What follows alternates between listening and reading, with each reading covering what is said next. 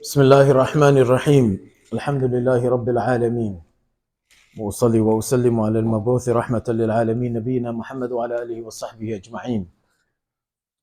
So in the very first verse that we recited in the first rak'ah of Salat al-Taraweeh tonight, there's a very interesting story there. So there was a woman, this woman, legendary woman, this woman's name Khawla binti Tha'laba. Khawla binti Tha'laba radiyallahu anha was married to a man by the name of Aus bin Thabit. Aus bin Thabit, the husband of Khawla, they had many children together. And one day he said something which was a custom of the pre-Islamic era. And this custom was called dhihar. And dhihar is to refer to one's wife as one's similar to one's mother. One is divorce, okay? And one is something called dhihar. The Arabic words were anti alayya ka dhahri ummi. You for me are like the back of my mother. In other words, you're haram for me. Divorce, you could still go back. There was way to reconcile. But as for dhihar, there was no way they were going to be able to go back. She gave him so many kids. She gave him her youth. She gave him her wealth, everything. And one day he decided he's going to pronounce these words. She got very dejected in spirit, very distressed, very worried. She came to the Prophet ﷺ to complain to him, to inform him, this is what Aus just said. Is it over or not? She said, I gave him my wealth, he spent it. I bore him children, I gave him my youth and everything. It's exhausted. And now he wants to say this? So up until that point, nothing had been revealed from above the heavens. So the Prophet ﷺ said, according to one narration, Khawla, I think that's it. She says, yeah. Allahumma inni ashku ilayk. Oh Allah, I complain to you directly. I went to the Prophet first, now I'm coming straight to you. Allah revealed, Qad samya Allah. Indeed, Allah has listened. And the answer to the problem was given. Yeah, we can't get our wives to listen to us. They got Jibreel come down with divine revelation from above the heavens. The first verse in the 20th Juz, Surah Mujadala, is named after this woman, Khawla binti Tha'laba. On one occasion, Umar ibn Khattab radiallahu anhu was traveling with an entire group of Sahaba, companions. And all of a sudden, randomly, he just stops to listen to a woman who was calling him. And he ducks, like he kneels down to listen very carefully to what this woman had to say. And for a long time, she went on. And Umar radiallahu anhu listened and listened.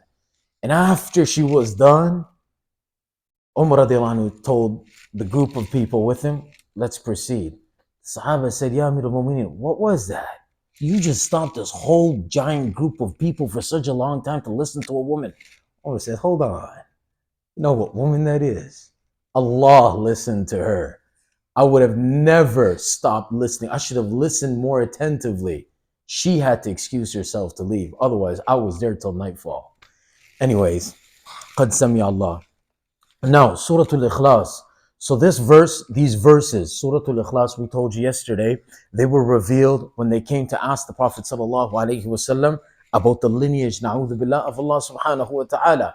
So Allah subhanahu wa ta'ala responds by revealing these verses of Surah Al-Ikhlas to the Prophet ﷺ to reply to these people. What is the lineage of Allah, or describe na'udhu billah Allah to us, or what is Allah subhanahu wa ta'ala like? So Allah subhanahu wa ta'ala ordered the Prophet ﷺ, Qul huwallahu ahad. So he is Allah subhanahu wa ta'ala and he is one. And we told you yesterday a little bit about the meaning of what one, Allah subhanahu wa ta'ala's oneness is like. Now, there are different categories of disbelievers, okay? There are different categories of people who have false beliefs. Amongst those who disbelieve, are a group of people who don't even believe in the existence of a God, the atheists. 2, there are a group of people who believe in the existence of God, but they don't believe that the existence of God is necessary. This is a very huge discussion in academia. Wahdatul wujud and wajibul wujud. We're not, of course, this is just the tip of the iceberg. But 2, they believe in the existence of God, yet they don't believe that the existence of God, na'udhu billah, is necessary. We told you yesterday, his existence is a must and his non-existence is inconceivable.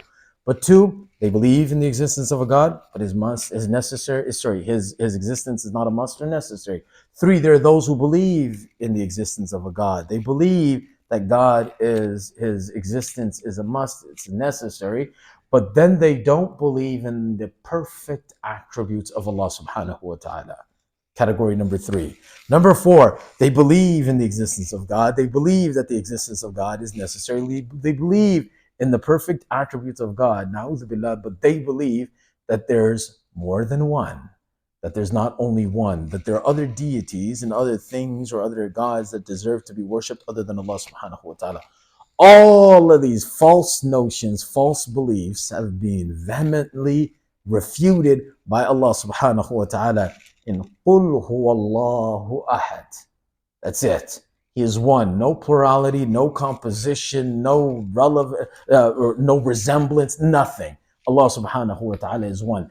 And then there are different, the second refutation that Allah subhanahu wa ta'ala makes, that for number four, the fourth one I told you, they believe in his existence and that his existence is a must and that he does indeed possess divine, perfect, absolutely perfect attributes, but they believe there's more than one. Na'udhu billah. Allah subhanahu wa ta'ala refutes this claim in the second verse, Allahu Samad. We gave you the definition of this yesterday, one of the many definitions, that exalted being who is independent of every single creation, yet every single creation depends on him.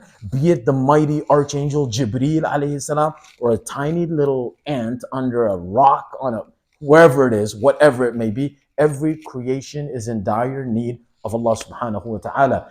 And then, of course, there are other categories or other levels or other groups of disbelievers as well. However, there's one other group of disbelievers also who believe in number 1, 2, 3, and 4. They believe in the existence of Allah and they believe that his existence is also a must and that they also believe in the perfect attributes of Allah subhanahu wa ta'ala. And they also believe that Allah subhanahu wa ta'ala is one. But then there is, and it just slipped my mind right now, but there's a false belief that they have regarding Allah subhanahu wa ta'ala. I can't remember what it is. Inshallah, we'll remember tomorrow. We'll continue from then. Subhanakallah wa bihamdika.